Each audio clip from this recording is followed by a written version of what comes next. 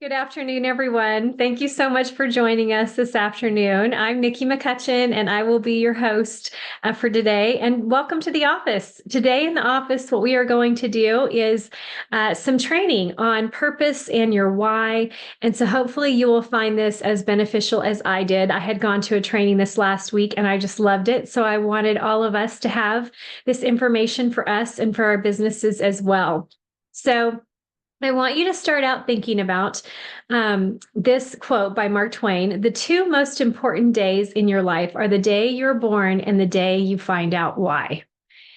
So, our why obviously is what where we all kind of ask the question of what have we been created for? Why did the Lord put us here on this earth? What is He calling us to? What is He wanting us to do?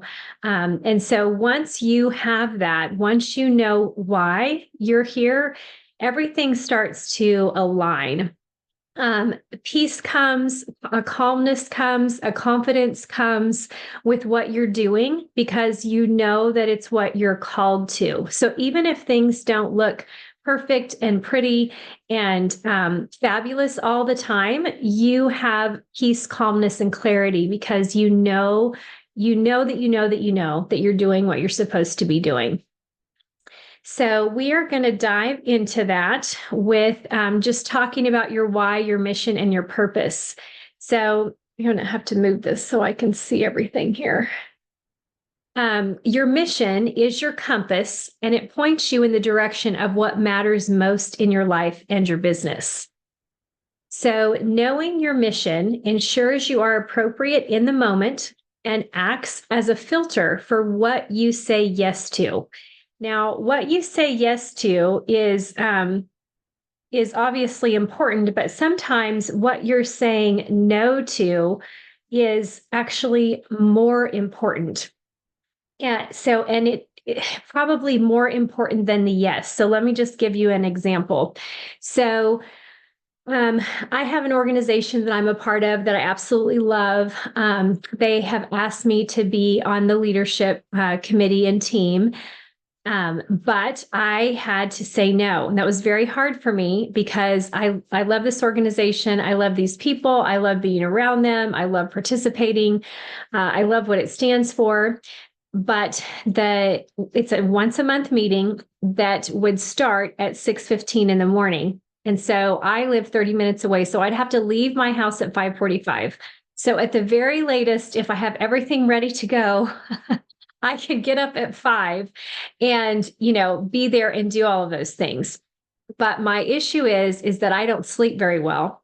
And so I have to really protect my sleep so that I am able to function well, to think well, to have energy, to have a positive attitude about what I'm doing and not, be frustrated.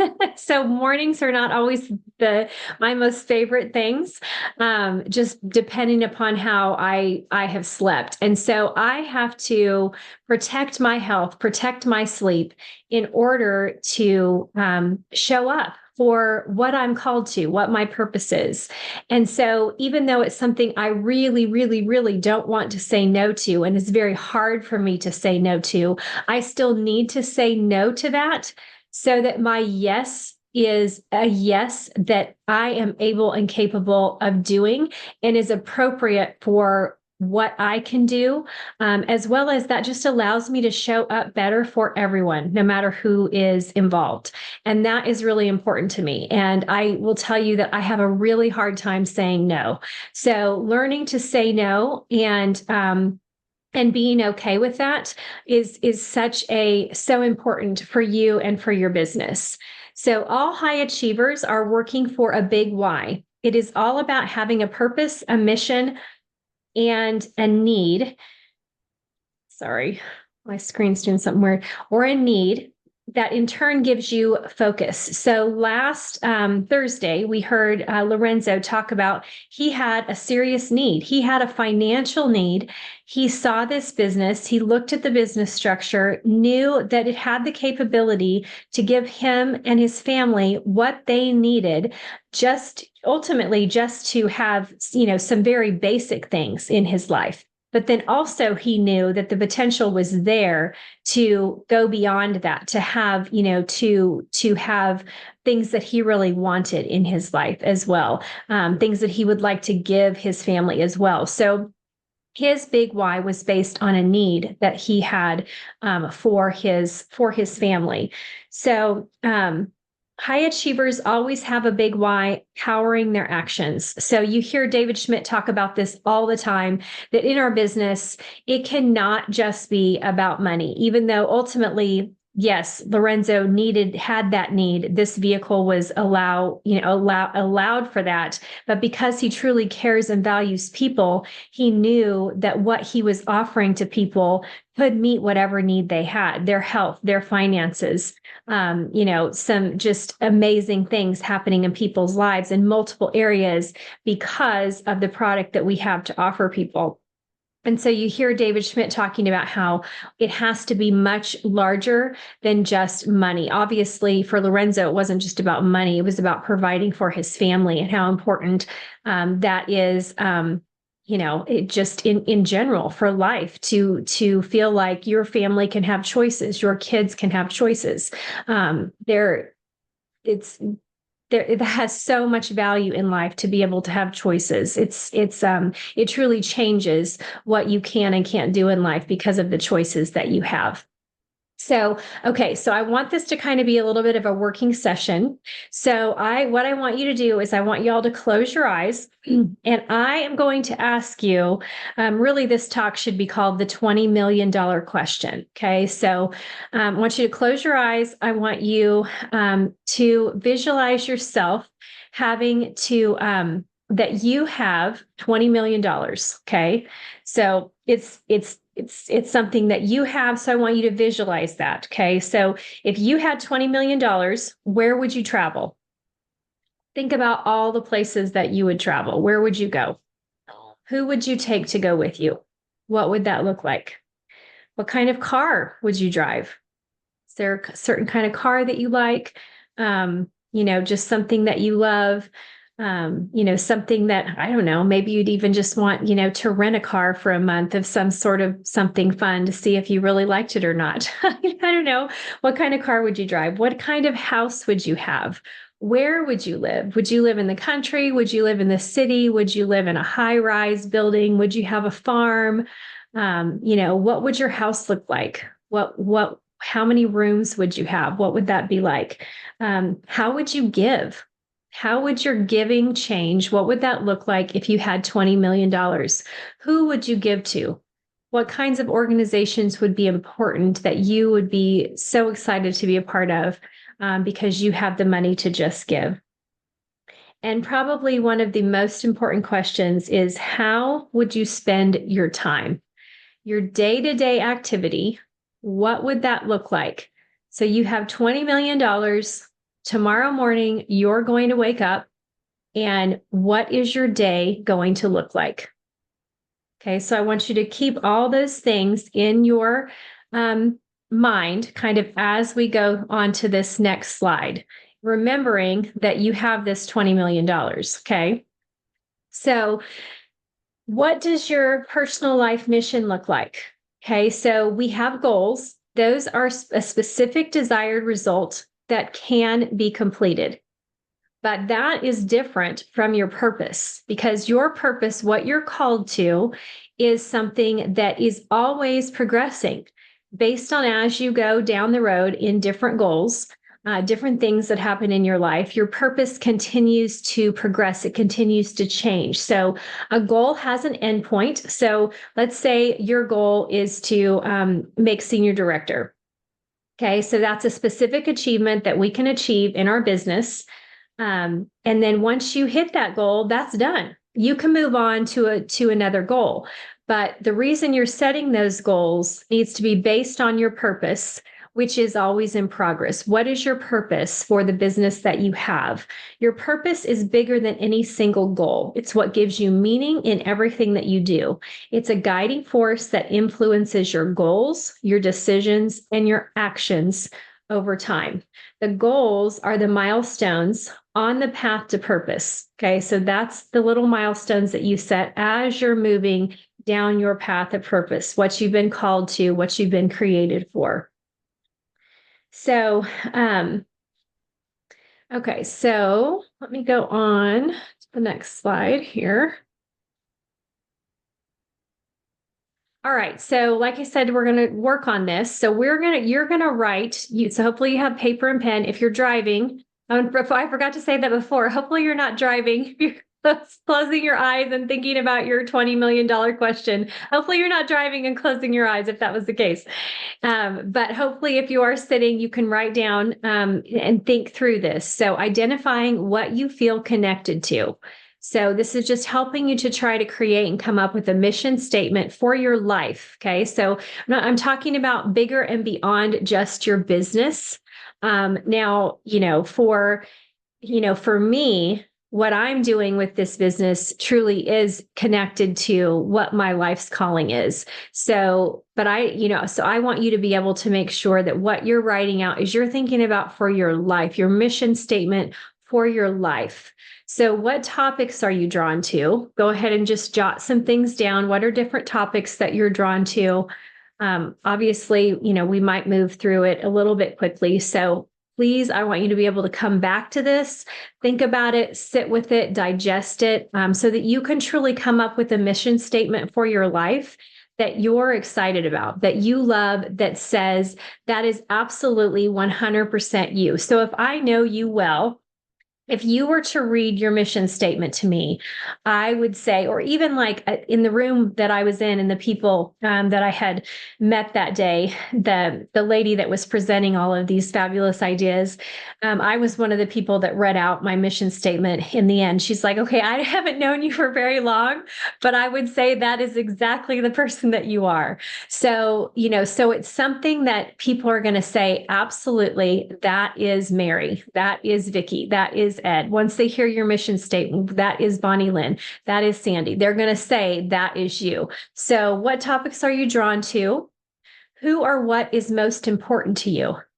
Okay, so write those lists, or those might be easy, God, family, and others, however that looks for you.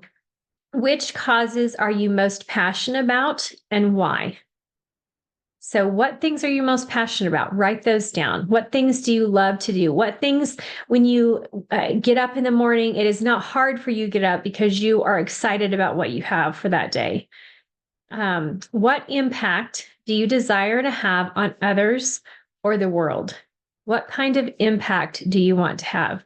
Some people want to just have that impact in their family and those close to them. Some people want to have an impact in their community. Some people want to have an impact in their state. Some people want to have an impact in the world. What are you called to? What is it that you want to do? What does that look like for you?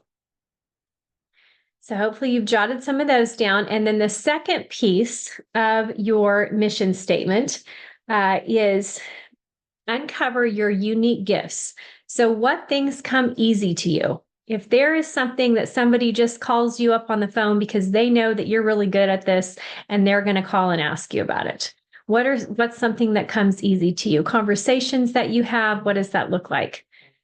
What gives you energy and fuels your personality? So again, this is another one of those things that kind of drives you. Like, what are you excited to get up in the morning and go do? What is it that fuels that personality and who you've created to be?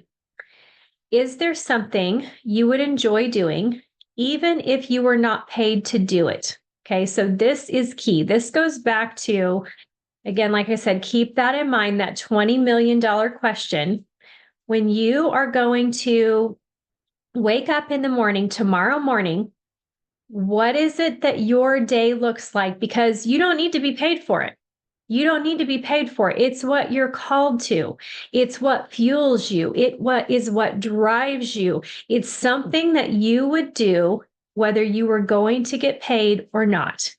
What does that look like? All right. Go to the next slide.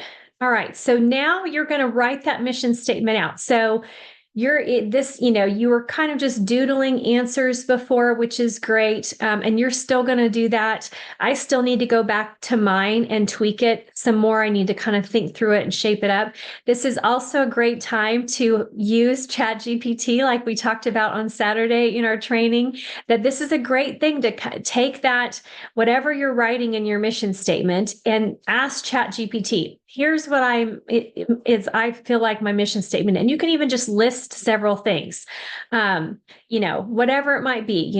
I love encouraging others. I enjoy health. I have a passion for giving other people advice. I love to connect with people and have an organization that I can refer others to. You can even just give ChatGPT that kind of a list and say, here's kind of what I'm thinking for my mission statement based on what I just told you. What would you write for my mission statement? And then ChatGPT will write you out a mission statement, and then you can even read it. There might be things that you like, and then you can say, okay, I don't like this part. Tweak this a little bit for me. Can you add something in there about encouraging other people? Just talk to it like that. Like, it can be in not even full sentences. Like, I'll have these really funky, weird pauses when I'm talking to ChatGPT because I'm like, this is not a person, but it acts like a person. Like, this is crazy.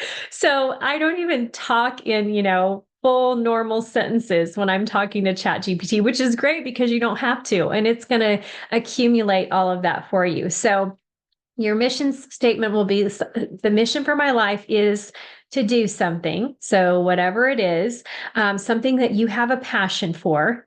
And then it might be here's my mission statement. Let me grab what I wrote the other day so you kind of have an idea of what let's see. To help others embrace optimal health by empowering them to pursue the highest levels of health in all areas of their life. Like I said, I still need to tweak this, but by implementing it through with whatever your unique gifts, skills, or talents, or things that you possess, that you have, that you can offer to others. Okay. So like I said, I still need to go back and, ask ChatGPT to help me kind of refine all of that, which is great. It's kind of cool that we have a tool. Like, I really didn't want to have anything to do with all this ChatGPT stuff, but it's actually kind of fun. Once you start, you're like, oh, these are these really great ideas. Anyway, so it just kind of gets fun. So embrace that as you're trying to come up with your own mission statement. And remember, this is for your life. What does it look like for your life? All right, let me go. Let me hit the next slide. I hope I didn't just mess it up okay, here we go. Okay, so action is the foundational key to all success. So in our business, we talk about patching 3 people a day, inviting 3 people a day, and following up with 3 people a day. So if we don't have the action that patches or talks to 3 people a day, okay, it's not going to be able to allow us to do those other actions. And then, as we should all know, that following up with 3 people a day, that action is what actually allows us to have the success that we need in our business for it to move forward. Anyone who does not follow up is not going to have a business. I know it might seem very hard to patch people, but sometimes follow-up is really where I see people falling through the cracks. It's the follow-up that allows your business to move and run like it should. All right, so this is our toolbox for what we're thinking through of what is going to matter most. So what I want you to think of this first is what you see is determined by what you don't see. So think of that iceberg method, that iceberg. You've probably all been in some type of training before where you have the iceberg, you have it might be a fairly large part that's up above the water that you can see, but down below, what is going on underneath what you see is massive. Okay. So what you see in your life, in your business, is truly determined by what you don't see. It's by what your productivity is. It's by what your priorities are. It is determined by what people don't actually see. What others can see is based on that 333, things that you do every single day. What other people can see and what's going on with you and your business is by things that they don't see that are there. So purpose without priority is powerless. Okay. So it is so important that you make actionable steps utilizing that 333, however you would like to, might be 111, might be 10, whatever that's going to look like for you. But the purpose is the why behind what you do. Okay, so that's your mission statement. Okay, your purpose of why of what you do. It gives you meaning, it gives action, it helps you stay committed over the long term. What drives you to get out of bed each morning because you're excited about it. It's not something that you have to pull teeth for you to get it. It's truly what you're called to. It's about identifying your bigger picture, what drives you and what truly matters. When you have a clear purpose, it fuels your motivation and ensures that your priorities align with your deeper goals. So the priority is the what that matters most. So the what of what you're doing. So focusing on those individual things, those tasks, that are trying to do everything. So not trying to do everything all at once, to getting rid of distractions and inefficiency. Your priorities should always align with your purpose so that you can make meaningful progress. So getting rid of those distractions is so very important, because those, time wasting things. So things that scrolling on the internet, watching TV, whatever it might be for you. It may even be, that you love to read so much that, you're taking time to read when you really need to be focusing on an actionable step, in your business of, the thing that matters to you most, and have those priorities set up straight. So the productivity is the how you get it done.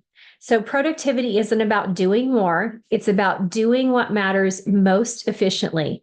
So the key to productivity is a dedicated focus on uninterrupted time to your highest priority work. So basically doing the first thing first. So whatever is of highest priority, you're getting those things done in your business first. Now, that may be right away in the morning, or it may be at a different time, but you have time blocked, whatever that looks like. So, when I get up in the morning, the first thing I do is my Bible study. That's the most important thing to me. And then depending upon my day, I will normally go work out, or if I have early meetings, then my workout will be adjusted accordingly to that.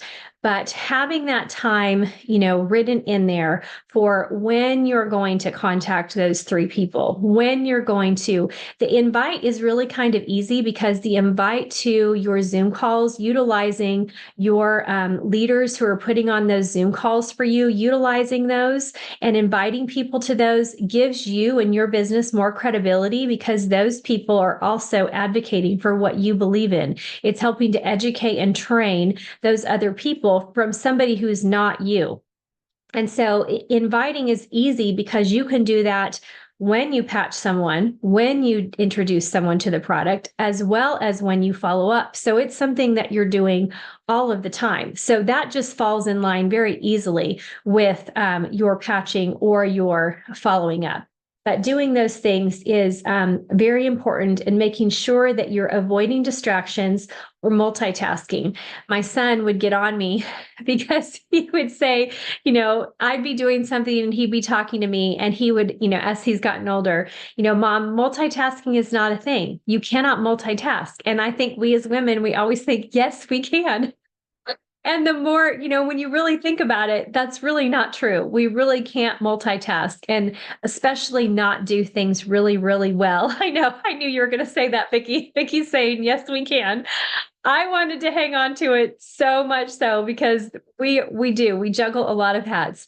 But especially when it comes to your business, being able to focus on whatever when you need to do, when you've set or time blocked those priorities to make those phone calls, that nothing gets in the way of that, or you've set aside that 15 minutes to go do a post on social media, that you take that 15 minutes and you don't get dragged into the scroll, of looking at all the other things, even if you have to set a timer so that those things get done. Even also just for your phone calls. Like if you know that you're going to dedicate, 1 hour a day, 2 hours a day, whatever it is, to where you set a timer. And so you're going to do that, from 1 to 2, from 1 to 4, whatever it might be, from 7 to 8, whatever it's going to be. And you set a timer. When the timer's up, then you're done. Then that's okay that you then walk away, even if you didn't get your list of things done, but that was the time block that you had for your business, and you avoided distractions. You did not multitask.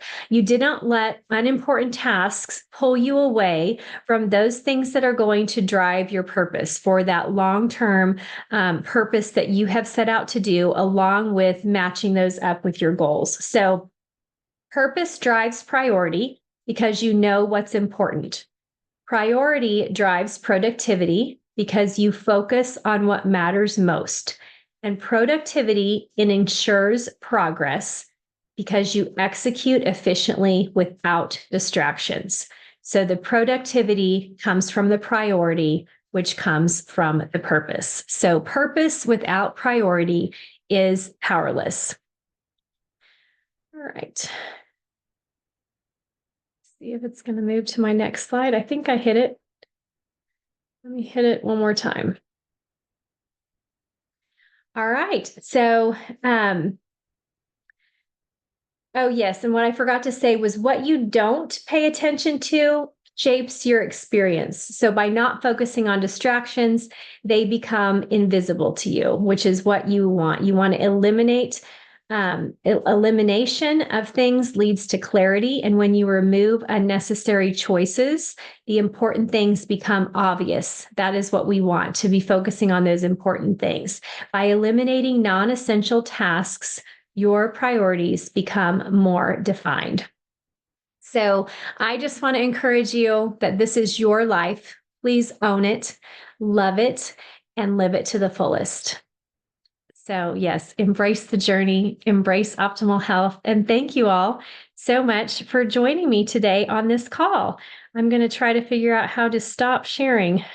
Let's see.